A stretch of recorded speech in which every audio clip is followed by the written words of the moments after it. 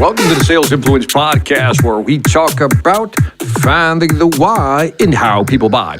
I'm your host, Victor Antonio. Thank you for joining me. Thank you for lending me those ears. Today, I want to talk about name that problem.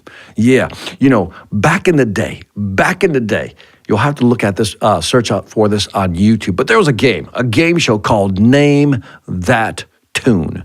Name That Tune. That was the game show, right? And the way it worked was there were two people who were competing, right? And the host will describe a song. Will tell you that here's the song.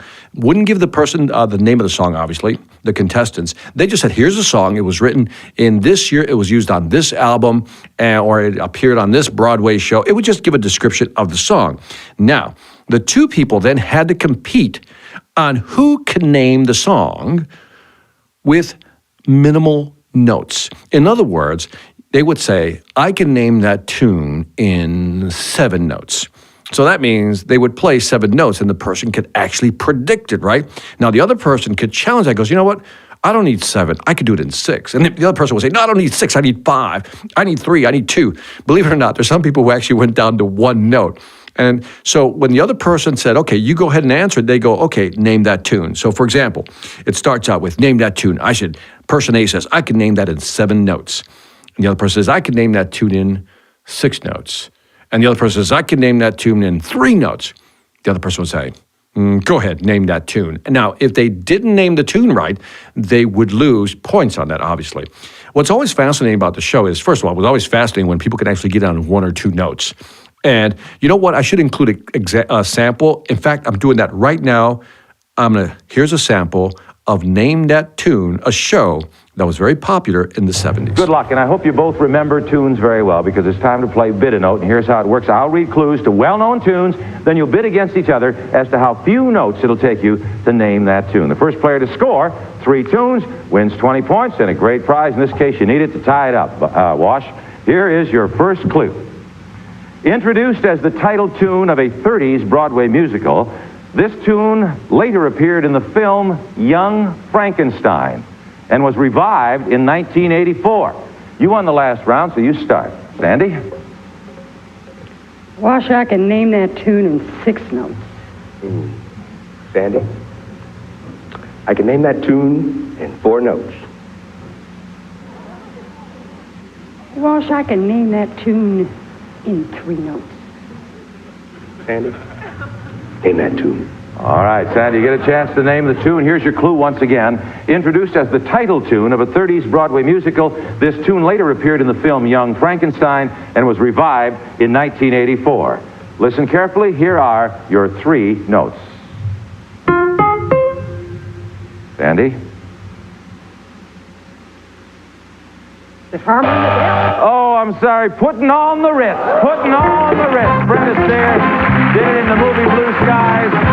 1984 was recorded by Taco. You got it. You scored a point. Nice going. Now that you know how it works, you're probably saying, well, Victor, what does this have to do with selling? Where are you going with this? Well, listen carefully, because I'm going to tie this in. When I thought about Name That Tune, really when you think about it, the more notes I have, the more likely I am to be able to name that tune. Logical, right? So in other words, the more notes I have, the higher the probability of success of me guessing that tune. And that made me think about when we talk to clients, one of the things we need to do, discipline ourselves to do, and I've talked about this many times in many of my past podcasts, is that we need to ask a lot of questions. But now I want to give you a different frame of reference here. Imagine trying to name, and not a tune, but you're trying to name the customer's problems or real issue. Now, how would you like to identify that problem or issue with 1 note? Probably not possible, right? So think of a note as asking a great question.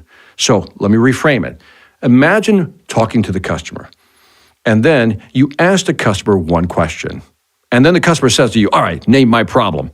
It'll be very hard, right? Now, if you ask 2 questions, the customer can say, well, name my problem. You say, that's still not enough.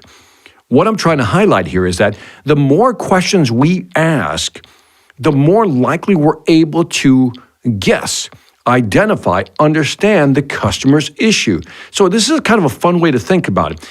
when you're trying to name a tune, you need as many notes as possible to try to really guess the right tune. And if you guess wrong, you lose. In business, if you guess wrong, you lose. The customer goes, you don't understand my business, which is why you should ask a lot of questions.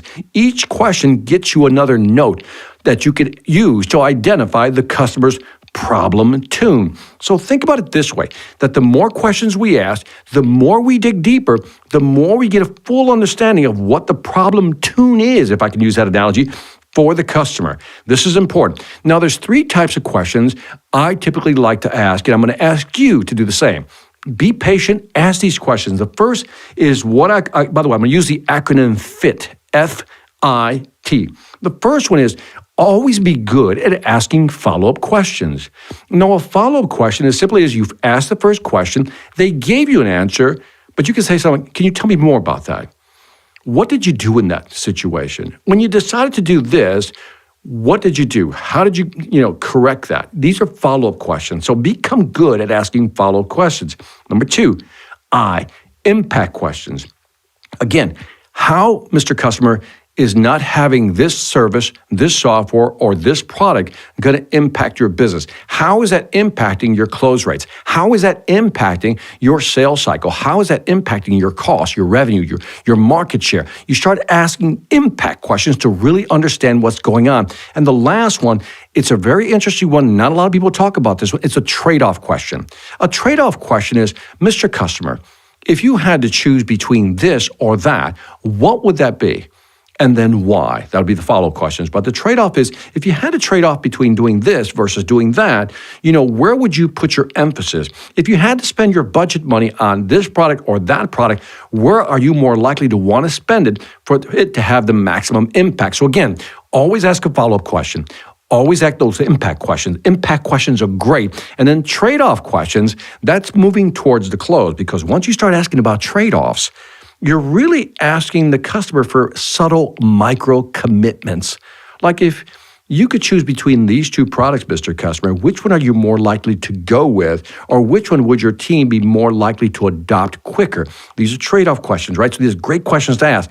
But my big point here, much like name that tune, you need to name that problem. And the only way to name that problem is to have as many notes as you can at your repertoire. In other words, part of your understanding, so you can actually identify the correct problem. If you only ask one question, that's almost like having only one note for one tune. Very hard to identify the actual song.